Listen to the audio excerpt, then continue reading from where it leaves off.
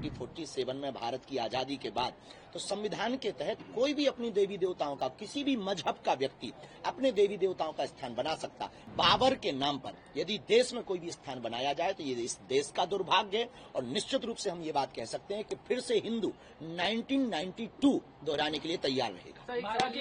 1992 दोहराने के लिए हिंदू तैयार रहे। लेकिन इस बात का दुर्भाग्य भी है कि राम मंदिर जब बना था तो बहुत लोगों ने कमेंट किया था कि वहां अस्पताल बनाया जाना चाहिए। अब बाबरी मस्जिद की जब बात आई है तो उन लोगों के मुंह में कैंसर हो गया। हम इस देश में हिंदू मुसलमान, हम इस देश में अंगड़ा पिछड़ा, हम इस देश में जातिवाद नहीं चाहते, हम इस देश में राष्ट्रवाद चाहते। उन्होंने बाबरी की नींव रखी, हम गए, क्योंकि बाबरी बनेगी तो बाबा आएगा। देखिए, बाबरी मस्जिद की नींव रखने के ठीक 2 दिन बाद हम कोलकाता गए। वहां पर परेड ग्राउंड में एक साथ 5 लाख गीता पाठ का पाठ भी किया और इसलिए हम गए कि हमारा जाना बहुत आवश्यक था।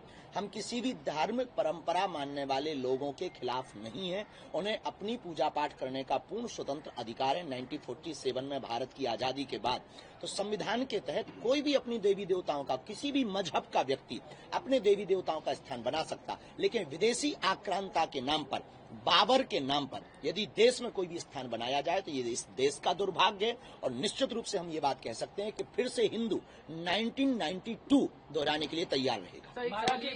1992 दोहराने के लिए हिंदू तैयार रहे। लेकिन सर, मैं सवाल ये है कि आज भी 2 लाख लोग जुटाए गए, क्या ये हिंदुओं के खिलाफ एक साजिश करी जाएगी वहाँ पर? कहीं ना कहीं निश्चित रूप से विदेशी आक्रांताओं के नाम पर ये धार्मिक उन्माद फैलाने की तैयारी है। और हमें इस बात का दुर्भाग्य भी है कि राम मंदिर जब बना था तो बहुत लोगों ने कमेंट किया था कि वहां अस्पताल बनाया जाना चाहिए। अब बाबरी मस्जिद की जब बात आई है तो उन लोगों के मुंह में कैंसर हो गया। पश्चिम बंगाल में बाबरी मस्जिद बनाने की बात की गई, उसके बाद आपने गीता पाठ करवाया और अब जो टीएमसी के विधायक है मदन मित्रा, उन्होंने ये कहा है कि भगवान श्री राम मुस्लिम थे।